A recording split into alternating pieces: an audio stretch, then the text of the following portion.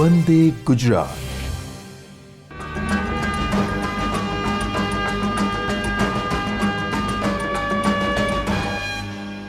નમસ્કાર. આજના virtual classroom training સેશનમાં હું હિમાંશુ જોશી આપ સર્વેનું હાર્દિક સ્વાગત કરું છું. આજે આપણે આઈટીઆઈ માં ચાલતા ટર્નર ટ્રેડ અંતર્ગત care for holding split bearing fixture and its uses a lesson વિશે આજે આપણે માહિતી મેળવીશું. તો ચાલો પીપીટી થ્રુ જોઈએ કે આપણે આજના લેક્ચરમાં કયા કયા મુદ્દાઓ વિશે માહિતી મેળવવાના છીએ. તો આજના લેક્ચરનો ઓવરવ્યૂ છે. એમાં સૌથી પહેલાં આપણે બેરિંગ એટલે શું, તેના હેતુ, તેના પ્રકાર અને તેના ઉપયોગ વિશે ચર્ચા કરીશું. ત્યાર પછી લેથ કે ટર્નિંગ ફિક્સચર, તેના હેતુ, તેના પ્રકાર અને ઉપયોગ વિશે માહિતી મેળવીશું. અને ત્યાર પછી ત્રીજા ટોપિકમાં આપણે સ્પ્લિટ બેરિંગની ડિટેલમાં ચર્ચા કરીશું, તેના પ્રકાર વિશે જોઈશું. અને મશીનિંગ દરમિયાન જ્યારે સ્પ્લિટ બેરિંગનું આપણે મશીનિંગ કરવાનું હોય છે એ દરમિયાન લેથ મશીન પર તે સ્પ્લિટ બેરિંગને કેવી રીતે મશીનિંગ કરવું એના અલગ અલગ સેટઅપ વિશે માહિતી મેળવીશું. અને ત્યાર પછી સ્પ્લિટ બેરિંગને જ્યારે આપણે ફિક્સચરની અંદર પકડાવતા હોઈએ તો ત્યારે જે પકડાવવા માટે જે કાળજી રાખવી જરૂરી છે તેના વિશે આપણે ચર્ચા કરીશું. તો સૌથી પહેલાં જોઈએ બેરિંગ. બેરિંગ શું છે? તો બેરિંગ છે એ એક મશીન એલિમેન્ટ છે જે બીજા મશીન એલિમેન્ટને આધાર આપવા માટે તે બે પાર્ટ છે, બે મશીન એલિમેન્ટ્સ છે, તે બંને મશીન એલિમેન્ટ વચ્ચેના ફ્રિક્શનમાં મતલબ કે ઘસારો જે છે, ઘર્ષણ છે, તેને ઘટાડવા માટે અને મશીન એલિમેન્ટ ઉપર આવતા અલગ અલગ પ્રકારના લોડ કે બળ છે તેને સહન કરવા માટે તેનો હેતુ છે, મતલબ તે ઉપયોગી છે. હવે સ્પ્લિટ બેરિંગ જોઈએ. બેરિંગ છે, જનરલ બેરિંગ જે જોઈએ એના અલગ અલગ ભાગ વિશે ચર્ચા કરીશું. તો આ એક બોલ બેરિંગની અહીંયા એક ફિગર બતાવવામાં આવી છે. એમાં આ જે છે એ સીલ છે, એક શિલ્ડ અથવા સીલ કહેવાય. પછી આ જે ભાગ છે એ બહારનો ભાગ છે જેને આઉટર રેસ કહીશું આપણે. એ આઉટર રેસ છે એની અંદર પછી આ જે બોલ્સ છે એ આ જે અંદરનો જે ભાગ દેખાય અહીંયા ગ્રુવ જેવો, એની અંદર આ જે સ્લોટ છે એની અંદર આ ફિક્સ થઈ જશે, માઉન્ટ થઈ જશે. પછી આ બોલ્સ જે છે એને અમુક ચોક્કસ ડિસ્ટન્સ ઉપર રાખવા માટે રિટેનર અથવા કેજ, તો એનો ઉપયોગ થાય છે. ત્યાર પછી આ ઇનર રેસ છે, અંદરનો ભાગ છે, જેના આ અંદરના ભાગમાં આપણી જે તે પાવર શાફ્ટ છે, પાવર સ્ક્રૂ છે, ટ્રાન્સમિશન શાફ્ટ છે, એ શાફ્ટ આની અંદર માઉન્ટ થાય છે. અને એના છેલ્લે ફરીથી પાછું એક સીલ આપેલું છે. તો આ રીતે ટોટલ આવી રીતે બોલ બેરિંગની એસેમ્બલી કરવામાં આવે છે અને બોલ બેરિંગના અલગ અલગ ભાગ છે. હવે બેરિંગના પ્રકાર જોઈએ. હવે અત્યારે આ આગળની આકૃતિમાં આપણે જોયું બોલ બેરિંગ. હવે આ જે છે એ જર્નલ બેરિંગ આપેલી છે. જર્નલ બેરિંગ, અને એ પણ કેવા પ્રકારની, અહીંયા જુઓ બે લાઈન દેખાય છે, મતલબ આ અપર હાલ અને આ લોઅર હાલ, મતલબ ઉપરનો ભાગ અને નીચેનો ભાગ આપેલો છે બેરિંગનો. એને બે ભાગમાં ડિવાઈડ કરેલી છે, મતલબ સ્પ્લિટ કરેલી છે. એની અંદર આ જે છે આ લુબ્રિકેટિંગ ઓઇલ છે અને એની અંદર આ આપણી ટ્રાન્સમિશન શાફ્ટ છે, જેને આપણે જર્નલ પણ કહીએ છીએ. તો આ રીતે આ જે પ્રકારની બેરિંગ છે એને કહેવાય છે જર્નલ બેરિંગ. જર્નલ બેરિંગ જે છે એમાં સ્લાઇડિંગ કોન્ટેક્ટ હોય છે. અહીંયા જુઓ, કોઈ વચ્ચે કોઈ બોલ્સ કે રોલર્સ આપેલા નથી. અહીંયા ખાલી શું છે, લુબ્રિકેટિંગ ઓઇલ છે. મતલબ જ્યારે એ ડેડ કન્ડિશનમાં હશે, મતલબ જ્યારે કોઈ મૂવમેન્ટ નહીં થતી હોય, શાફ્ટને જ્યારે ટોર્ક આપવામાં નહીં આવતો હોય, ગતિમાં નહીં હોય, એ વખતે આ પોઝિશનમાં હશે અને આ બંને વચ્ચે મેટલ ટુ મેટલ કોન્ટેક્ટ હશે. આ બંને વચ્ચે ફિઝિકલ કોન્ટેક્ટ હશે. હવે ત્યાર પછી જ્યારે આને ગતિ આપવામાં આવશે ત્યારે હાઇડ્રોડાયનેમિક ફોર્સ લાગશે અને અંદરની જે શાફ્ટ ફરવાની શરૂઆત કરશે ત્યારે આ બંને વચ્ચે કયો કોન્ટેક્ટ થતો હશે? સ્લાઇડિંગ કોન્ટેક્ટ થશે શરૂઆતમાં. અને ત્યાર પછી આ લુબ્રિકેશનની થીન ફિલ્મ, એકદમ પતલું પડ અહીંયા આવી જશે બંને વચ્ચે અને લુબ્રિકેશન કરશે અને ઘસારો જે છે એ બંને વચ્ચે ઓછો થશે. તો જર્નલ ટાઈપની બેરિંગ છે એ એમાં કયા પ્રકારનો કોન્ટેક્ટ હોય છે? મેટલ ટુ મેટલ વચ્ચે સ્લાઇડિંગ કોન્ટેક્ટ હોય છે અને સરફેસ કોન્ટેક્ટ હોય છે. સ્લાઇડિંગ પ્રકારની હોય છે અને સરફેસ કોન્ટેક્ટ હોય છે. તેમાં રોલિંગ એલિમેન્ટ હોતો નથી. આની બનાવટ જે છે એ સરળ છે. હવે તેના પ્રકાર તો 3 પ્રકારમાં આ ઉપલબ્ધ હોય છે: બૂસ્ટ ટાઈપ, ઇન્ટિગ્રલ ટાઈપ અને 2 પીસ અથવા સ્પ્લિટ. જે અહીંયા દર્શાવેલી છે એ સ્પ્લિટ બેરિંગ દર્શાવેલી છે. અને તેનો ઉપયોગ જ્યારે હેવી લોડિંગ કન્ડિશન હોય કે હેવી ડ્યુટી વર્ક જ્યાં આગળ થતું હોય ત્યાં આગળ તેનો ઉપયોગ થાય છે અને હાયર આરપીએમ પર વર્ક થતું હોય ત્યાં આ પ્રકારની જર્નલ બેરિંગનો ઉપયોગ કરવામાં આવે છે. ત્યાર પછી બીજો પ્રકાર છે એન્ટી ફ્રિક્શનલ ઓર રોલિંગ એલિમેન્ટ બેરિંગ. તો આ જે બેરિંગ બતાવી છે આગળ આપણે આકૃતિમાં જોયું એ જ પ્રકારની આ બોલ બેરિંગ આપેલી છે. તેમાં ઇનર રેસ છે, આ આઉટર રેસ છે, એની વચ્ચે બોલ્સ જે છે એ માઉન્ટ કરેલા હોય છે. આ ઇનર રિંગ બોલ રેસ અથવા રિટેનર છે, સેપરેટર છે. આ આઉટર રિંગ બોલ રેસ છે અને આ ઇનર રિંગ બોલ રેસ છે. મતલબ એની અંદર અહીંયા આ એક સીટિંગ આપણે કહી શકીએ કે સીટિંગ ગ્રુવ આપેલો છે બોલ્સ માટે.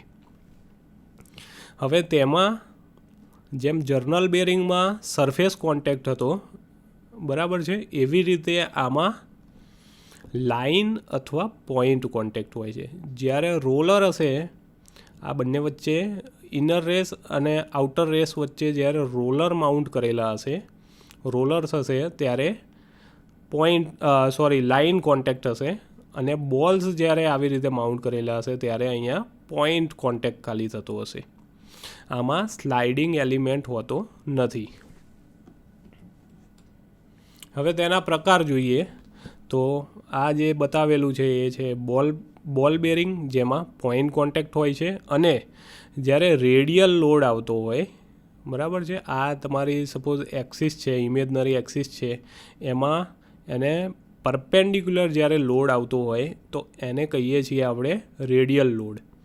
તો એ રેડિયલ લોડને સસ્ટેન કરવા માટે આ બેરિંગ બનેલી હોય છે. તો આ બેરિંગ છે એ રેડિયલ લોડને સહન કરી શકે છે, એક્સિયલ લોડને સહન કરી શકતી નથી. ત્યાર પછી છે રોલર બેરિંગ. તો રોલર બેરિંગમાં અને બોલ બેરિંગમાં ડિફરન્સ શું હશે કે ખાલી અહીંયા બોલ્સ આપ્યા છે એની જગ્યાએ અહીંયા રોલર હશે. તો રોલર બેરિંગ છે એમાં લાઇન કોન્ટેક્ટ હોય છે અને એ પણ રેડિયલ લોડ જે છે એ સસ્ટેન કરવા માટે બનેલી હોય છે.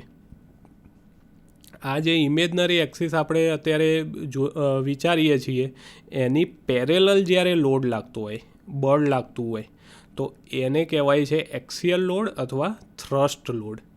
તો એ લોડ આ બંને પ્રકારની જે બેરિંગ છે, બોલ બેરિંગ અને રોલર બેરિંગ, એ બંને પ્રકારની બેરિંગ છે એ એક્સિયલ લોડ કે થ્રસ્ટ લોડ છે એને સહન નહીં કરી શકે. એ ફક્ત ને ફક્ત રેડિયલ લોડ જે આવે છે એને જ સસ્ટેન કરી શકશે. ત્યાર પછી છે ટેપર રોલર બેરિંગ. તો જે રોલર હોય છે એ ટેપર ફોર્મમાં હોય છે, કોનિકલ ફોર્મમાં હોય છે, બરાબર છે. તો એ પ્રકારની જ્યારે રોલર અહીંયા માઉન્ટ કરેલા હોય ટેપર રોલર, તો એ પ્રકારની જે બેરિંગ છે એને કહેવાશે ટેપર રોલર બેરિંગ, જે રેડિયલ લોડ અને થ્રસ્ટ લોડ એ બંને લોડ કે બંને બળોને સહન કરવાની ક્ષમતા ધરાવે છે. અને એન્ટી ફ્રિક્શનલ બેરિંગ કે રોલિંગ એલિમેન્ટ બેરિંગ જે છે એનો ઉપયોગ મોડરેટ લોડ, મતલબ મીડિયમ લોડ જ્યાં લાગતો હોય, મીડિયમ બળ લાગતા હોય, મધ્યમ પ્રકારના બળ લાગતા હોય ત્યાં, અને મોડરેટ સ્પીડ ઉપર તેનો ઉપયોગ કરવામાં આવે છે. હવે વાત કરીએ આપણે ટર્નિંગ ફિક્સચર કે લેથ ફિક્સચરની. તો લેથ ફિક્સચર કે ટર્નિંગ ફિક્સચર એના હેતુ શું છે, શા માટે એનો ઉપયોગ કરવામાં આવે છે?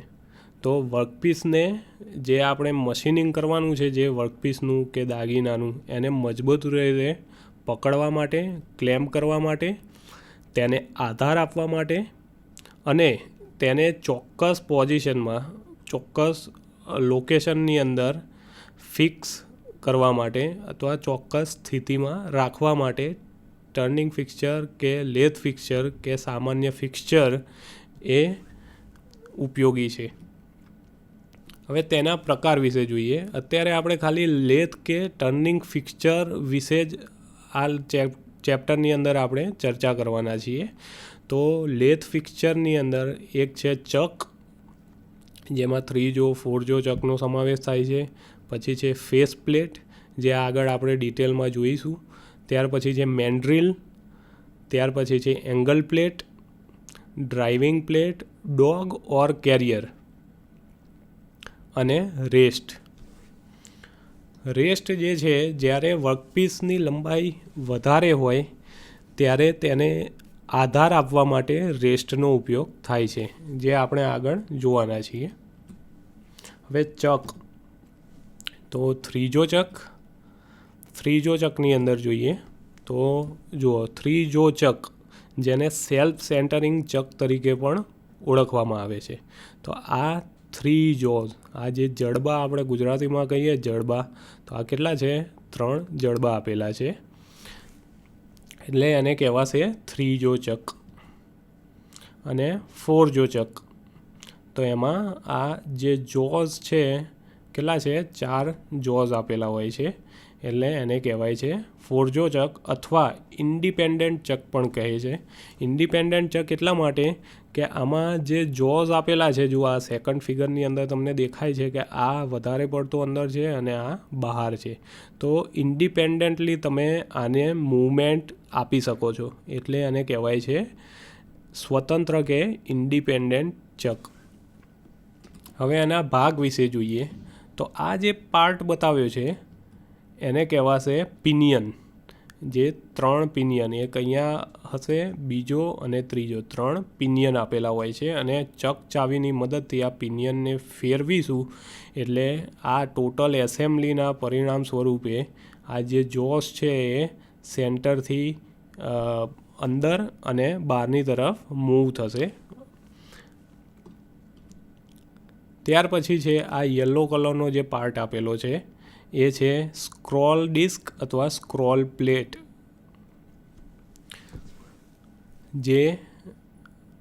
જેનો પાછળનો જે ભાગ છે એના ઉપર ટીથ આપેલા છે, ગિયર ટીથ આપેલા છે, જે પિનિયન સાથે મેચ થયેલા હોય છે, મતલબ મેચ કરેલા હોય છે, અટેચ થયેલા હોય છે. તો તમે ચકચાવીની મદદથી જ્યારે આ જે પિનિયનને ફેરવશો એટલે એની સાથે આ સ્ક્રોલ ડિસ્ક જે છે, સ્ક્રોલ પ્લેટ, એ પણ મૂવ થશે. અને તેના આગળના ભાગે, જે આ આગળનો ભાગ છે ત્યાં સ્પાઇરલ ફોર્મમાં થ્રેડ આપેલા હોય છે, જેનો જે ભાગ છે એ આ જે ચકના જે જોઝ દેખાય છે એમાં પણ સ્લોટ આપેલો હોય છે, એ બંને એકબીજા સાથે મેચ થઈ જાય છે. અને આ ડિસ્ક આવી રીતે મૂવ થશે એટલે એક સાથે 3 જે જો છે એ સેન્ટરથી અંદર કે બહારની તરફ એક સાથે તમે ફક્ત એક પિનિયન ફેરવીને પણ 3 જોને એક સાથે અંદર કે બહારની દિશામાં ગતિ આપી શકો છો. એટલે આને કહેવાય છે સેલ્ફ સેન્ટરિંગ ચક. ઓટોમેટિકલી એ સેન્ટરમાં પણ આવી જશે અને સેન્ટરથી દૂર પણ જશે. અને જ્યારે સેમી સ્કિલ વર્કર હોય, બરાબર છે, સેમી સ્કિલ વર્કર હોય તેઓ આસાનીથી જોબને સેન્ટરની અંદર 3 જો ચકની મદદથી પકડાવી શકે છે. અને બાકીનો જે પાર્ટ છે, આ જે કેસ છે, બાકીનો ભાગ, એને કહેવાય છે બોડી. 4 જો ચક, તો 4 જો ચકમાં જોસ છે, આ સ્ક્રૂ આપેલા છે એ ઇન્ડિપેન્ડન્ટ સ્ક્રૂ હોય છે, જેને ઇન્ડિપેન્ડન્ટલી સ્વતંત્ર રીતે 1 બાય 1 તમારે ફેરવીને ઈચ્છિત લોકેશનની અંદર તમારે જોબને માઉન્ટ કરી શકો છો અને પકડાવી શકો છો. ત્યારબાદ છે ફેસ પ્લેટ. તો આ એક ફેસ પ્લેટની ટોટલ મતલબ આ આખા એક સેટઅપ છે, લેથ મશીન ઉપર બોરિંગ ઓપરેશન માટે સેટઅપ તૈયાર કરેલું છે. એની એક આકૃતિ છે જેમાં આ જે ભાગ છે આ ફેસ પ્લેટ છે. આ સર્ક્યુલર જે પ્લેટ દેખાય છે સ્લોટવાળી, એ છે ફેસ પ્લેટ. ત્યારબાદ આ જે બધા છે એ ક્લેમ્પ છે. ક્લેમ્પ દ્વારા આ આપણો વર્કપીસ છે, વર્કપીસને આપણે પકડાવ્યો છે. અને ક્લેમ્પની સાથે સાથે તમે કદાચ અહીંયા જુઓ તો આ જે પોર્શન છે, આ થોડો પોર્શન વધારે મોટો રાખ્યો છે. એ કાઉન્ટર વેટ કહી શકો કે બેલેન્સ વેટ કહી શકો કે આપણો જે જોબ આપણે પકડાવેલો છે એ કેવો છે, એસેન્ટ્રિક પકડાવેલો છે. આપણે અહીંયા સર્કલ જે છે, આ અંદરનો જે બોર છે એ સર્ક્યુલર બોર આપણે મશીનિંગ કરવાનું છે, બરાબર છે. તો આ પોર્શન સેન્ટરમાં રહેવો જોઈએ. અને આ ઇરેગ્યુલર શેપ હોવાના કારણે આનો જે મોટા ભાગનું માસ છે એ કઈ બાજુ છે, આ લેફ્ટ સાઈડ રહેલું છે. તો એને બેલેન્સ કરવા માટે અહીંયા બેલેન્સ વેટ પણ એની સાથે સાથે લગાવેલું છે. આ આપણો વર્કપીસ છે અને આ જે છે એ ટૂલ છે, કટિંગ ટૂલ છે, આપણું સિંગલ પોઈન્ટ કટિંગ ટૂલ કે બોરિંગ ટૂલ છે. તો આ રીતે ફેસ પ્લેટનો ઉપયોગ કરીને ઇરેગ્યુલર શેપનું એસેન્ટ્રિક કે કોન્સન્ટ્રિક મશીનિંગ આપણે કરી શકીએ છીએ. ત્યાર પછી છે મેન્ડ્રીલ. તો આ બે આકૃતિમાં મેન્ડ્રીલ દર્શાવેલી છે. આ જે છે એડજસ્ટેબલ મેન્ડ્રીલ આપેલી છે આ બંને, અને એની ઉપર આ વર્કપીસ છે, આ આપણો વર્કપીસ છે. આ બંને આપણા વર્કપીસ આપેલા છે. તો બહારનું જ્યારે ડાયમેન્શન, જે બહારના ડાયમેન્શન છે એનું મશીનિંગ જ્યારે કરવું હોય આપણે, તો અંદરથી જોબને પકડાવવો પડશે. અને એ જોબને અંદરથી પકડાવવા માટે આવી રીતે મેન્ડ્રીલનો ઉપયોગ આપણે કરીને બહારના જે ડાયમેન્શન્સ છે એનું મશીનિંગ કરી શકીએ છીએ. ત્યાર પછી જોઈએ કે આ બે મેન્ડ્રીલ છે અને અહીંયા ટેલ સ્ટોક દ્વારા અહીંયા એક સપોર્ટ આપેલો છે. ટેલ સ્ટોકનું જે આ ડેડ સેન્ટર છે એના દ્વારા મેન્ડ્રીલને બીજા છેડે સપોર્ટ આપેલો છે. અને આપણા આ બે કટિંગ ટૂલ છે. આ બે અલગ અલગ આકૃતિ દર્શાવી છે, એમાં આ કટિંગ ટૂલ છે, લેથ કટિંગ ટૂલ. ત્યાર પછી છે એંગલ પ્લેટ. તો અહીંયા આકૃતિમાં તમે જોઈ શકો છો કે આ એંગલ પ્લેટ દર્શાવેલી છે, જે જનરલી સામાન્ય રીતે કાસ્ટ આયર્નમાંથી બનાવેલી હોય છે. અને તેના બે પ્રકાર હોય છે, ફિક્સ ટાઈપ અને એડજસ્ટેબલ ટાઈપ. એડજસ્ટેબલ ટાઈપ જે હોય છે એને કોઈ એંગલ ઉપર કે આવી રીતે સ્લોટ આપેલા છે તો જરૂરિયાત મુજબ એને જરૂરી પોઝિશનની અંદર એડજસ્ટ તમે કરી શકો છો. એટલે એને કહેવાશે એડજસ્ટેબલ એંગલ પ્લેટ. હવે એનો ઉપયોગ શું, તો મશીનિંગ દરમિયાન એક તો ક્લેમ્પ કરે છે, વર્કપીસને આધાર આપે છે, પ્લસ જ્યારે તમે સરફેસ પ્લેટ ઉપર કોઈ જોબનું માર્કિંગ કરવાનું હોય તો એ વખતે પણ માર્કિંગ પર્પઝ માટે પણ આનો ઉપયોગ થાય છે.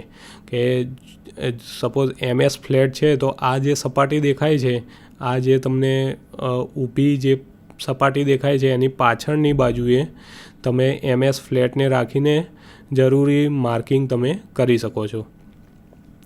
અને ફિક્સચર તરીકે મતલબ જે આપણે આગળની આકૃતિમાં જોયું એવી રીતે ત્યાં આગળ ક્લેમ્પની જગ્યાએ પણ અમુક જગ્યાએ એંગલ પ્લેટનો ઉપયોગ કરવો પડે છે, જે આગળ એક આકૃતિ આવે છે એની અંદર આપણે ચર્ચા કરીશું. ત્યાર પછી છે ડ્રાઇવિંગ પ્લેટ, ડોગ અથવા કેરિયર. તો અહીંયા એક આકૃતિ આપી છે એ જોઈએ. જુઓ, આ ડ્રાઇવિંગ પ્લેટ છે. આ જે છે એને કહેવાશે ડ્રાઇવિંગ પ્લેટ. ફેસ પ્લેટની અંદર શું હતું કે એ સાઇઝમાં થોડી મોટી હતી, પ્લસ એની અંદર સ્લોટ આપ્યા હતા, અમુક એંગલ ઉપર સ્લોટ આપેલા હતા, બરાબર છે. અને ડ્રાઇવિંગ પ્લેટની અંદર જો આ એક ડ્રાઇવિંગ પિન આપેલી છે અને જ્યારે બિટવીન સેન્ટર વર્ક કરવાનું હોય ત્યારે ડ્રાઇવિંગ પ્લેટનો ઉપયોગ થાય છે.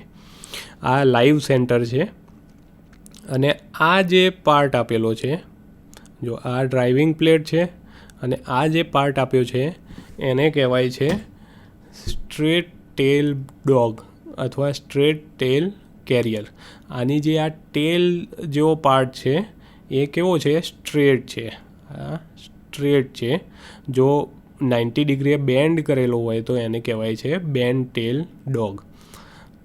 તો આપણે વર્કપીસ જે છે, બરાબર છે, વર્કપીસને આ જે સ્ટ્રેટ ટેલ ડોગ છે એની અંદર પકડાવી દઈશું. પછી લાઈવ સેન્ટરથી એને આધાર આપીશું, આ બાજુ ડેડ સેન્ટરથી બીજા છેડેથી તેને આધાર આપીશું જ્યારે આપણે બિટવીન સેન્ટર વર્ક કરવાનું છે એ દરમિયાનની વાત છે આ.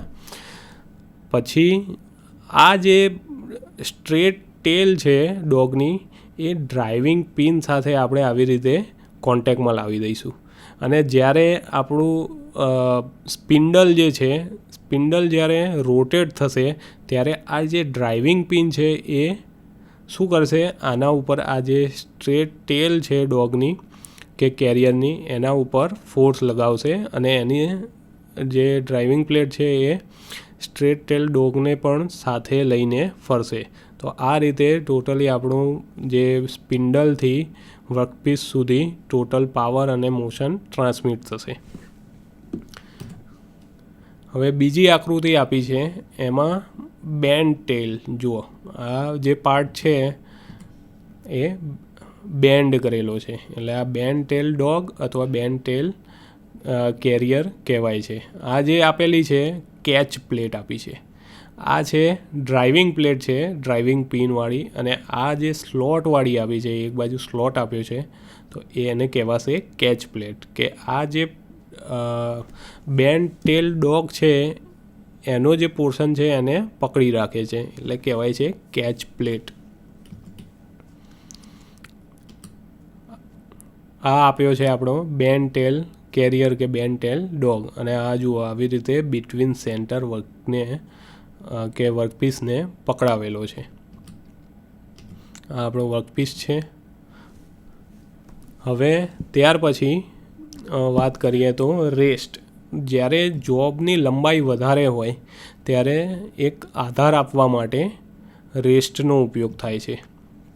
અહીંયા બે આકૃતિ આપેલી છે, એમાં જોઈએ વારાફરતી કે કયા કયા પાર્ટ છે. જુઓ, આ જે પાર્ટ આપ્યો છે એ છે સ્ટેડી રેસ્ટ. સ્ટેડી રેસ્ટ છે આ. પછી આ આપણો વર્કપીસ છે, આપણું આ કટિંગ ટૂલ છે, અહીંયા આગળ આ કટિંગ ટૂલ દર્શાવેલું છે, આ આપણો વર્કપીસ છે. બીજી આકૃતિમાં આ જે આપેલો છે, જુઓ આ જે પોર્શન આપેલો છે એ છે આપણો ફોલોવર રેસ્ટ. એ સ્ટેડી રેસ્ટ અને ફોલોવર રેસ્ટ એ બંને વચ્ચેનો ડિફરન્સ હમણાં જોઈએ આપણે. પછી આ જે છે આપણો વર્કપીસ છે, જો આની લંબાઈ ઘણી વધારે છે એટલે આપણે રેસ્ટનો ઉપયોગ કરવો પડે. હવે સ્ટેડી રેસ્ટ અને ફોલોવર રેસ્ટ આ બંને વચ્ચે ડિફરન્સ શું? તો જુઓ, સ્ટેડી રેસ્ટ જે છે એ આપણો જે લેથ બેડ હોય છે એની સાથે ફિક્સ કરેલો હોય છે. મતલબ જ્યારે ટૂલ તમે કટ લેશો અહીંયાથી ટૂલ આવી રીતે મૂવ થશે એની સાથે સાથે તમારો રેસ્ટ પણ મૂવ નહીં થાય, એ ફિક્સ થઈ ગયેલું છે. એટલે તેને સ્ટેડી રેસ્ટ કે ફિક્સ રેસ્ટ કહે છે. જ્યારે ફોલોવર રેસ્ટ છે એ ટૂલને ફોલો કરશે, મતલબ જે ટૂલનો આ જે ક્રોસ સ્લાઇડવાળો પોર્શન છે ત્યાં આગળ એના ઉપર આ રેસ્ટને માઉન્ટ કરેલો હશે.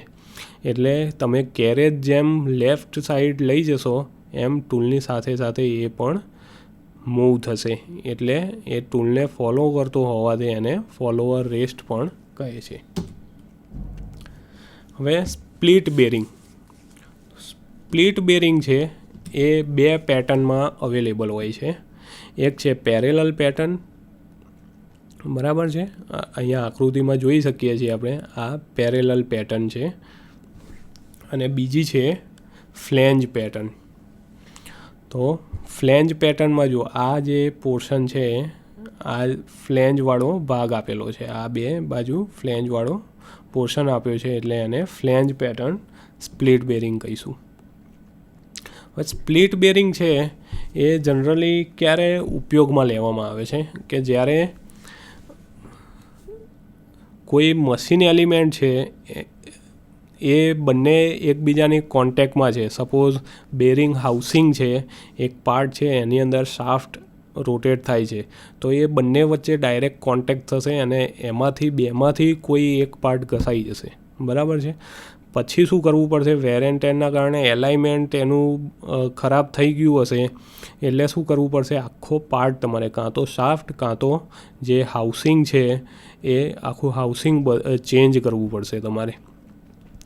હવે એ હાઉસિંગ ચેન્જ કરવું પ્રમાણમાં સસ્તું રહે કે નોર્મલ આ ખાલી બેરિંગ જે છે એ ચેન્જ કરવી હિતાવહ રહે, તો ઓબ્વિયસલી આ જે નાની બેરિંગ છે જે સસ્તી પડશે, બરાબર છે, તો એને રિપ્લેસ કરવી વધારે હિતાવહ રહેશે. એટલે આપણે અહીંયા બે મશીન એલિમેન્ટના બે પાર્ટ જે હોય છે એની વચ્ચે આપણે બેરિંગનો ઉપયોગ કરીએ છીએ. અને એમાં પણ સ્પ્લિટ બેરિંગ છે આ રીતે બે ભાગમાં સ્પ્લિટ કરેલી હોય છે, બરાબર છે. એને આપણે બનાવવી પણ સરળ છે, મશીનિંગ કરીને તમે સરળતાથી બનાવી પણ શકો છો. પ્લસ એનું જે રિપ્લેસમેન્ટ કોસ્ટ હોય છે એ પણ ઘણી ઓછી હોય છે. એટલે રિપ્લેસમેન્ટ એનું ઇઝીલી થઈ જાય છે અને પ્રમાણમાં સસ્તું પણ રહે છે. પ્લસ આને રિપ્લેસ કરવા માટેનો ટાઈમ ઘણો ઓછો જોઈએ છે. એટલે મશીન અને ઓવરઓલ જે પ્લાન્ટ છે આપણો એનો ડાઉન ટાઈમ જે હોય છે એ ડાઉન ટાઈમ ઘટાડી દેશે આ, અથવા એમાં ઘટાડો થાય છે. હવે સમાંતર પેટર્ન કે પેરેલલ પેટર્નની વાત કરીએ તો બાહ્ય સપાટી ગોળાકાર હોય છે એની, હેવી ડ્યુટી પર્પઝ માટે આ ઉપયોગી છે. અને આ જે બેરિંગ છે એ વ્હાઇટ મેટલ કે હાર્ડર એલોયમાંથી બનાવવામાં આવે છે. જ્યારે હેવી ડ્યુટી વર્ક માટે આપણે ઉપયોગમાં લેતા હોઈએ આ પ્રકારની સ્પ્લિટ બેરિંગ, જે પેરેલલ પેટર્ન સ્પ્લિટ બેરિંગ છે, એ જ્યારે ઉપયોગમાં લેતા હોઈએ ત્યારે તે શેમાંથી બનાવવામાં આવેલી હોય છે, તો વ્હાઇટ મેટલ અથવા હાર્ડર એલોયમાંથી બનાવવામાં આવેલી હોય છે. જેને cell bearing, thin wall bearing કે લાઇનર તરીકે પણ ઓળખી શકાય છે. અને એનો એક એક્ઝામ્પલ ઉદાહરણ જોઈએ તો જે આપણું આઈસી એન્જિન હોય છે, ઓટોમોબાઈલ એન્જિન હોય છે, એમાં પિસ્ટન અને ક્રેન્ક એ બંનેને કનેક્ટ કરતો જે કનેક્ટિંગ રોડ હોય છે એમાં પણ બે છેડા હોય છે. એમાં બિગ એન્ડ ઉપર આ પ્રકારના લાઇનર, તમે ઘણી વખતે કદાચ શબ્દ સાંભળ્યો હશે કે લાઇનર ઘસાઈ ગયું છે કે લાઇનર ચેન્જ કરવાનું છે, તો ત્યાં આગળ આ સ્પ્લિટ બેરિંગ જ યુઝ થાય છે. Flange bearing. તો ફ્લેન્જ બેરિંગ છે પહેલાં એ બ્રાસ મટીરિયલમાંથી બનાવવામાં આવતી હતી, પણ અત્યારની જે ફ્લેન્જ ટાઈપ કે ફ્લેન્જ પેટર્ન સ્પ્લિટ બેરિંગ છે એ વ્હાઇટ મેટલ કે બેબીટમાંથી બનાવવામાં આવે છે. અને વાહનોના એન્જિનની અંદર જે પાર્ટ્સ હોય છે એમાં આ પ્રકારની ફ્લેંજ બેરિંગનો ઉપયોગ થાય છે. હવે સ્પ્લિટ બેરિંગ છે એનું જ્યારે બોરિંગ કરવું હોય, આપણે બોરિંગ ઓપરેશન કરવાનું હોય ત્યારનું સેટઅપ જોઈએ. તો આ રીતે સ્ક્વેર બ્લોક હોય છે. આ ઉપરનો એક પાર્ટ છે કેપ અને બેઝ, અને આ એંગલ પ્લેટ છે એનો એક પોર્શન છે. તો આવી રીતે બે બ્લોક હોય છે, એની અંદર સ્પ્લિટ બેરિંગ છે કે જે આપણે સ્પ્લિટ બેરિંગ બનાવવાની છે એનું જે મટીરિયલ છે, રો મટીરિયલ, એને અહીંયા માઉન્ટ કરવામાં આવે છે અને ફિક્સ કરવામાં આવે છે. અને આ નટ બોલ્ટની મદદથી બંને એંગેજ થઈ જશે. આ જે સ્ક્વેર બ્લોક છે અને સ્પ્લિટ બેરિંગનું જે રો મટીરિયલ છે આમાં મજબૂતાઈથી પકડાઈ જશે. અને ત્યાર પછી એની અંદર આપણે બોરિંગ ઓપરેશન કરી શકીએ છીએ. હવે આની પૂરી એસેમ્બલી જોઈએ, પૂરું સેટઅપ જોઈએ. તો આ આગળ જે આપણે જોયું હતું એવી રીતે ફેસ પ્લેટ છે, આ એંગલ પ્લેટ છે, આ જે સ્ક્વેર બ્લોક છે એનો સાઈડ વ્યૂ અહીંયા આપ્યો છે. એ આપણું ફિક્સચર તરીકે આપણે ઉપયોગમાં લઈએ છીએ. અને એની અંદર આ આપણી પેરેલલ પેટર્ન સ્પ્લિટ બેરિંગ છે એ માઉન્ટ કરેલી છે. અને અહીંયા આપણું કટિંગ ટૂલની મદદથી આપણે આ અંદરનું જે ઓપરેશન છે, જે બોરિંગ ઓપરેશન છે, તે આપણે હાથ ધરી શકીએ છીએ અને બોરિંગ ઓપરેશન પરફોર્મ કરી શકીએ છીએ. ઓકે, આ થોડી પેરેલલ સ્પ્લિટ બેરિંગ જે છે એનું બોરિંગ અને ટર્નિંગ કરવાનું હોય ત્યાં એના માટેનું એક ફિગર આપેલી છે. થોડી વધારે પડતી રફ છે, પણ કહેવાય છે ને something is better than nothing. So આ કન્સેપ્ટ સમજવા માટે આ પૂરતી છે ફિગર, કે આ જે જોઝ બતાવ્યા છે એ ફોર્જો ચકના છે. હવે આમાં મેઇન ધ્યાન રાખવાની બાબત એ છે કે આપણે સ્પ્લિટ બેરિંગના બે હાલ્વ્સ આ જે આપેલા છે, બે ભાગ આપેલા છે, એની જે સ્પ્લિટ લાઇન જે છે એ અહીંયા કે આ રીતના ના હોવી જોઈએ. આ પોઝિશન આ જ પ્રકારની હોવી જોઈએ, કાં તો આ આડી પોઝિશનમાં, કાં તો આ સ્પ્લિટ લાઇન છે ઊભી પોઝિશનમાં. ક્યારેય સામેના બે જે જોસ છે એની વચ્ચે ન આવવી જોઈએ. બરાબર છે? એ પછી આપણે જોઈએ કે કેમ વચ્ચે ન આવવી જોઈએ. તો આ રીતે ફોર્જો ચકની અંદર સ્પ્લિટ બેરિંગ છે એને પકડાવવામાં આવે છે. પછી એની અંદર આપણે બોરિંગ ઓપરેશન કરી શકીએ છીએ. બોરિંગ ઓપરેશન કરીને ઉપરના ભાગમાં ટર્નિંગ ઓપરેશન પણ કરી શકીએ છીએ. અને સ્પ્લિટ બેરિંગ છે તો અહીંયા હોલ આપણે પાડીને પછી એનો ઉપયોગ તો કરવાનો જ છે, કેમ કે બંને હાલ્સને આપણે ભેગા કરવાના છે. બરાબર છે? એંગેજ કરવાના છે, તો એ અહીંયા બોલ્ટનો ઉપયોગ કરવાનો જ છે. તો એ દરમિયાન આપણે જ્યારે ફોર્જો ચકની અંદર આ સ્પ્લિટ બેરિંગનું બોરિંગ કે ટર્નિંગ ઓપરેશન કે ફેસિંગ ઓપરેશન કરવાનું હોય, એ દરમિયાન આપણે શું કરી શકીએ આ ફોર્જો ચકનો ઉપયોગ કરતા હોઈએ ત્યારે, કે અહીંયા હોલ તો આપણે જરૂરી છે જ, અને પછી પણ હોલ જે છે એ ડ્રીલ કરવાનો જ છે. તો એક હોલ ડ્રીલ કરીને એક ડોવેલ પિનના જેમ એક એલાઇનમેન્ટ માટે એક પિન તમે બેસાડી શકો, અને ત્યાર પછી આ ફોર્જો ચકમાં આવી રીતે આ પોઝિશનમાં તમે સ્પ્લિટ બેરિંગને પકડાવી શકો, અને ત્યાર પછી ફેસિંગ, બોરિંગ અને ટર્નિંગ ઓપરેશન કરી શકો. હવે જો આ જે સ્પ્લિટ લાઇન છે એ આવી રીતે સામે આવી જાય, બે જોની વચ્ચે કે આ બાજુ આવી જાય, તો શું થશે? તો જો કદાચ આ ઉપરનો પોર્શન થોડો મિલીમીટરમાં કે એમ મતલબ થોડો પણ નાનો હશે, તો શું થશે? એ ઉપરનો પોર્શન જે છે, સપોઝ આ લાઇન છે આવી રીતે આપણે પકડાવેલી છે, અને આ જે પોર્શન છે એ આ બાજુનો આટલો પોર્શન છે. હવે એ થોડો નાનો છે અને આ પોર્શન થોડો મોટો છે, તો શું થશે? આ જે નાનો પોર્શન છે બરાબર ગ્રીપ નહીં થાય. બરાબર છે? તો એ સરખી રીતે ગ્રીપ થાય પ્લસ મશીનિંગ થાય એનું પ્રોપર, એના માટે સ્પ્લિટ લાઇન છે ઓલવેઝ આ ઓરિએન્ટેશન આ પ્રકારનું હોવું જોઈએ એનું, કે આ પ્રકારનું ઓરિએન્ટેશન હોવું જોઈએ એનું. ત્યાર પછી ફ્લેન્જ સ્પ્લિટ બેરિંગનું ટર્નિંગ જ્યારે કરવાનું હોય ત્યારે મેન્ડ્રિલનો ઉપયોગ કરીને આપણે એનું ટર્નિંગ ઓપરેશન કરી શકીએ છીએ. હવે અહીંયા મેન્ડ્રિલ કેવી બનાવેલી છે, જુઓ આ 2 કોલરવાળી મેન્ડ્રિલ બનાવેલી છે, જેમાં આ પહેલાં ડોટેડ લાઇન જુઓ અહીંયા દેખાય છે. ડોટેડ લાઇન જે છે એ પહેલાં મટીરિયલ હતું, મતલબ આ પેરેલલ પેટર્ન જેવી જ બેરિંગ હતી, બરાબર છે, સ્પ્લિટ બેરિંગ. અને આ જે સ્પ્લિટ લાઇન છે મતલબ આ ઉપરનો ભાગ છે, આ નીચેનો ભાગ છે.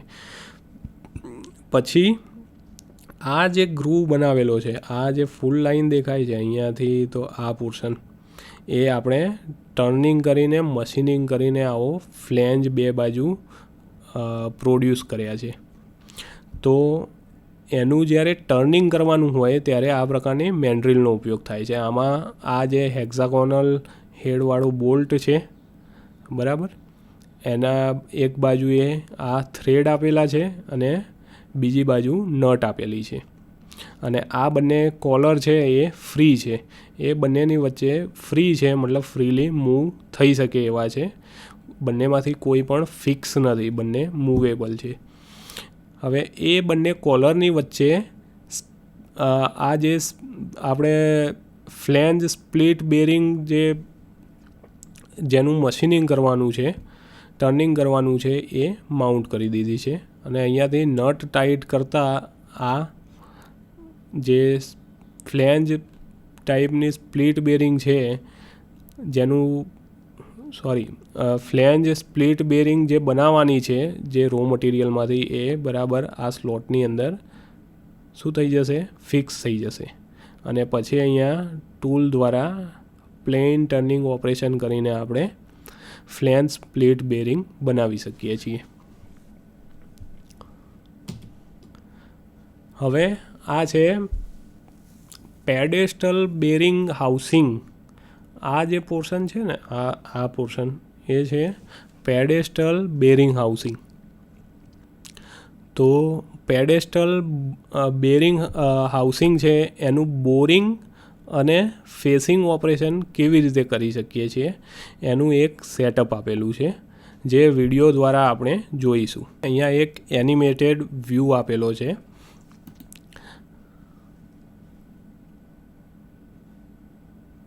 આ ફેસ પ્લેટ છે, એની નીચે આ એંગલ પ્લેટ માઉન્ટ કરી, નટ અને બોલ્ટની મદદથી એ એંગલ પ્લેટને આપણે જરૂરી પોઝિશનમાં ફિક્સ કરી દીધી. આ આપણો વર્કપીસ છે જેનું બોરિંગ અને ફેસિંગ કરવાનું છે. આ ઉપર જે છે એ છે વી બ્લોક. વી બ્લોક છે એને પણ આપણે જરૂરી ઓરિએન્ટેશનની અંદર ફિક્સ કરી દીધો.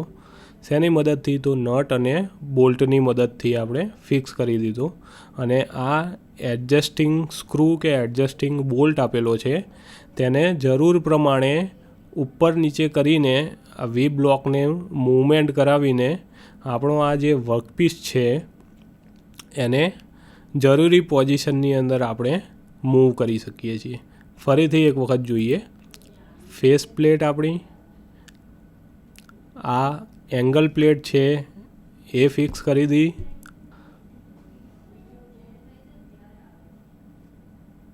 ત્યાર પછી આપણો આ વર્કપીસ છે જે બેરિંગ હાઉસિંગ છે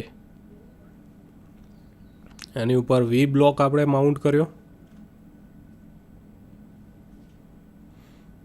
ત્યાર પછી નટ બોલ્ટની મદદથી ઉપર એક ફિક્સચર મૂક્યું. અને આ જે બોલ્ટ છે એ એડજસ્ટ કરવા માટે, પ્રેશર એડજસ્ટ કરવા માટે, ક્લેમ્પ કરવા માટે આપેલો છે. એને જરૂર પ્રમાણે ક્લોકવાઇઝ એન્ટી ક્લોકવાઇઝ ડિરેક્શનમાં રોટેટ કરીને આપણે વી બ્લોક છે એને બેરિંગ હાઉસિંગ છે એની ઉપર ફિક્સ કરી શકીએ છીએ, એને પકડાવી શકીએ છીએ બેરિંગ હાઉસિંગને. અને આપણું જે ટૂલ છે એ અહીંયા હશે, આ પોઝિશનમાં અહીંયા ક્યાંક હશે. એનાથી આપણે આ જે એક્સિસ છે એને ક્રોસ મૂવમેન્ટ આપીને ક્રોસ લાઇટ દ્વારા અહીંયા ફેસિંગ ઓપરેશન કરી શકીશું. અને અંદરનું જે સર્કલ આપેલું છે એ એનું કોન્સન્ટ્રિક બોરિંગ ઓપરેશન, જે ટૂલ છે આપણું એમાં લોન્જિટ્યુડનલ સ્લાઇડ જે છે એને મૂવમેન્ટ આપીને આપણે અંદરના પાર્ટનું બોરિંગ ઓપરેશન કરી શકીશું. હવે સ્પ્લિટ બેરિંગને પકડવા દરમિયાનની જે કાળજી લેવી જોઈએ તેના વિશે જોઈએ આપણે.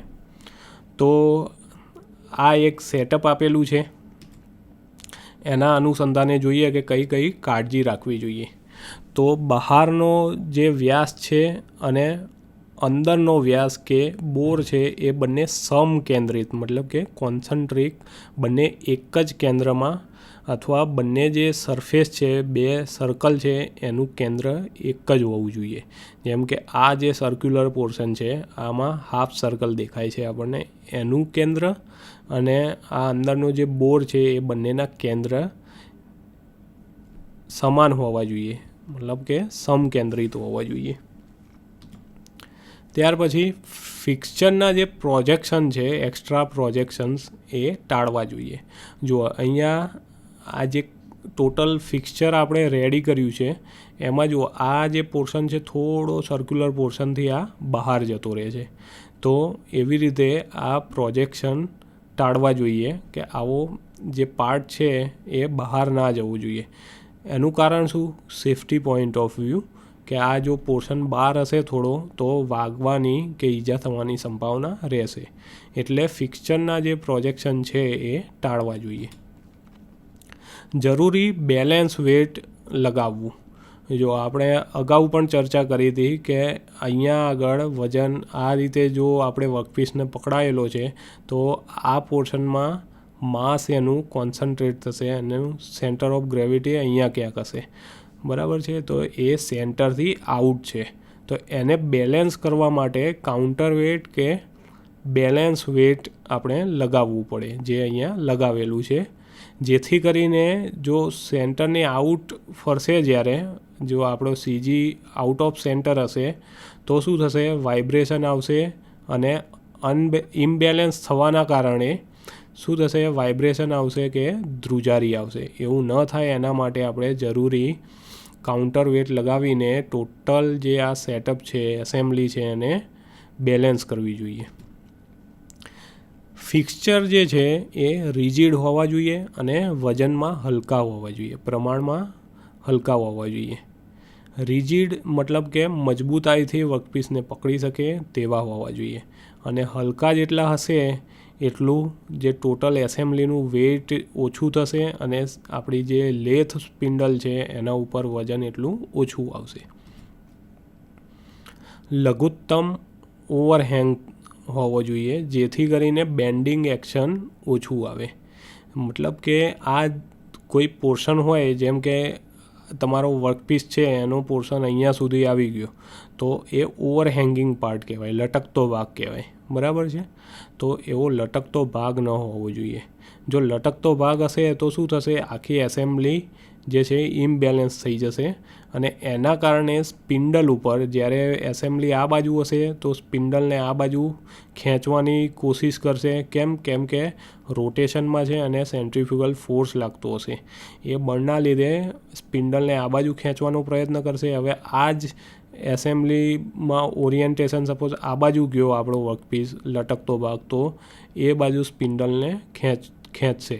એના કારણે સ્પિન્ડલ બેન્ડ થવાની, લાંબા સમયે સ્પિન્ડલ બેન્ડ થવાની સંભાવના રહેલી છે.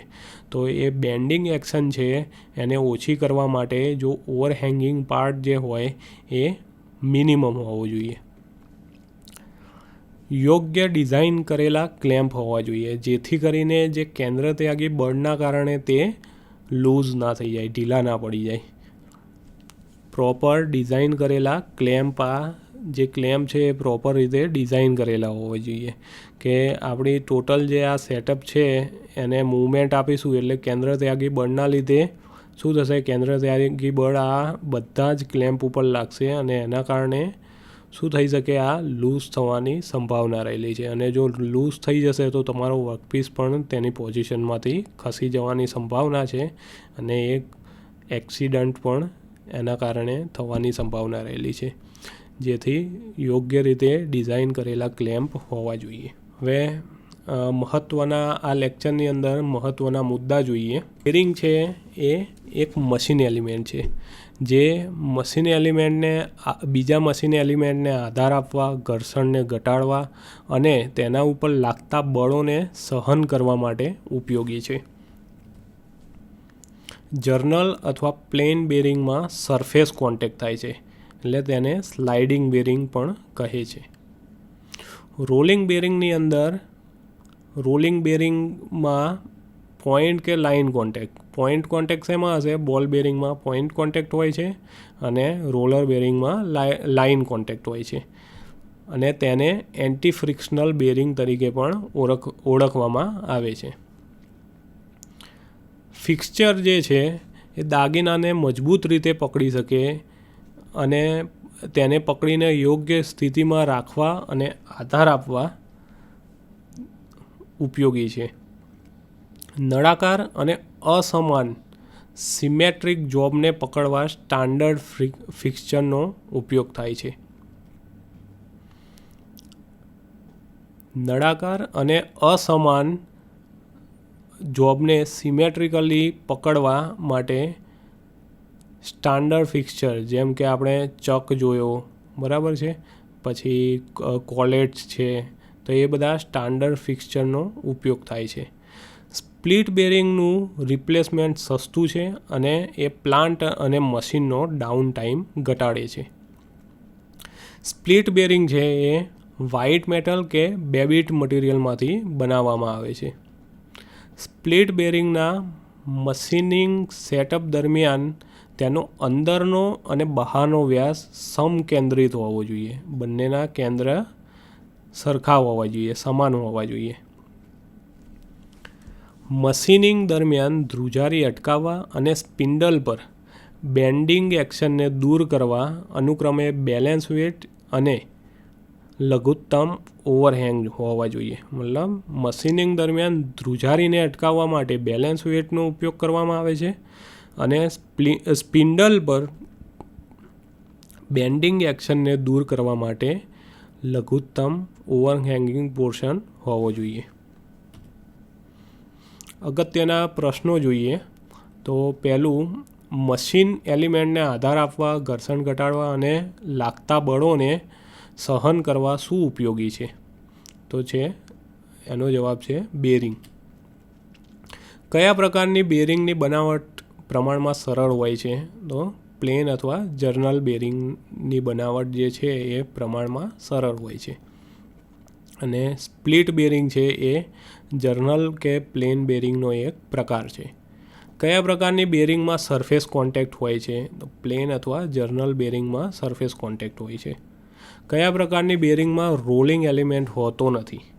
તો અગેન પ્લેન અથવા જર્નલ બેરિંગની અંદર સ્લાઇડિંગ કોન્ટેક્ટ હોય છે, રોલિંગ કોન્ટેક્ટ હોતો નથી. કયા પ્રકારની બેરિંગને સ્લાઇડિંગ બેરિંગ પણ કહે છે? તો પ્લેન અથવા જર્નલ બેરિંગને સ્લાઇડિંગ બેરિંગ પણ કહે છે. કયા પ્રકારની બેરિંગમાં સ્લાઇડિંગ એલિમેન્ટ હોતો નથી? બોલ કે રોલર ટાઈપની બેરિંગ અથવા રોલિંગ એલિમેન્ટ બેરિંગમાં સ્લાઇડિંગ એલિમેન્ટ નથી હોતો. ત્યાર પછી છે કયા પ્રકારની બેરિંગમાં લાઇન કે પોઈન્ટ કોન્ટેક્ટ હોય છે? તો રોલિંગ એલિમેન્ટ બેરિંગ છે એમાં લાઇન કે પોઈન્ટ કોન્ટેક્ટ હોય છે. કયા પ્રકારની બેરિંગને એન્ટી ફ્રિક્શનલ બેરિંગ પણ કહે છે? રોલિંગ એલિમેન્ટ બેરિંગ છે એને એન્ટી ફ્રિક્શનલ બેરિંગ તરીકે પણ ઓળખવામાં આવે છે.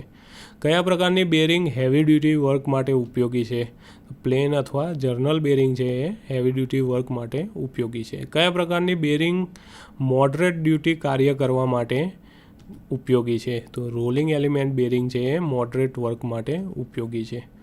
દાગીનાને મજબૂત રીતે પકડી આધાર આપવા અને તેને તે સ્થિતિમાં રાખવા માટે શું ઉપયોગી છે? તો ફિક્સચર છે એ ઉપયોગી છે. નળાકાર જોબને પકડવા સામાન્ય રીતે કયું લેથ ફિક્સચર ઉપયોગી છે? તો નળાકાર જોબને આપણે સામાન્ય રીતે કયા લેથ ફિક્સચરમાં પકડાવીએ છીએ? તો ત્રીજો ચકની અંદર. ચોરસ આડછેદવાળા જોબને કયા પ્રકારના ચકમાં પકડાવી શકાતો નથી? જ્યારે જે ક્રોસ સેક્શન છે, આડછેદ છે આપણો વર્કપીસનો, એ સિલિન્ડ્રિકલ કે નળાકારની જગ્યાએ ચોરસ હોય તો એ કયા પ્રકારના ચકમાં આપણે નહીં પકડાવી શકીએ એને? તો એ ત્રીજો ચકની અંદર આપણે ચોરસ આડછેદવાળો જોબ નહીં પકડાવી શકીએ. ષટકોણ આકાર હેક્ઝાગોનલ આડછેદ જે છે, ષટકોણ આડછેદવાળા જોબને કયા પ્રકારના ચકમાં પકડાવી શકાતો નથી? તો ફોરજો ચકની અંદર આપણે હેક્ઝાગોનલ ક્રોસ સેક્શનવાળો જે જોબ હશે તેને આપણે ફોરજો ચકમાં નહીં પકડાવી શકીએ. અસમાન આકારના જોબને પકડવા કયા પ્રકારનો ચક ઉપયોગી છે? તો ફોરજો ચક ઉપયોગી છે. લાંબા જોબને આધાર આપવા કઈ લેથ એસેસરી ઉપયોગી છે? તો રેસ્ટ. કયા પ્રકારની બેરિંગનું રિપ્લેસમેન્ટ સસ્તું અને ડાઉન ટાઈમ પણ તેનો ઓછો હોય? તો સ્પ્લિટ બેરિંગ છે, બરાબર છે, એનું રિપ્લેસમેન્ટ પણ સસ્તું હોય છે અને પ્લાન્ટ અને મશીનનો ડાઉન ટાઈમ પણ એ ઘટાડે છે. કયા પ્રકારની બેરિંગ કનેક્ટિંગ રોડમાં ફિક્સ થાય છે?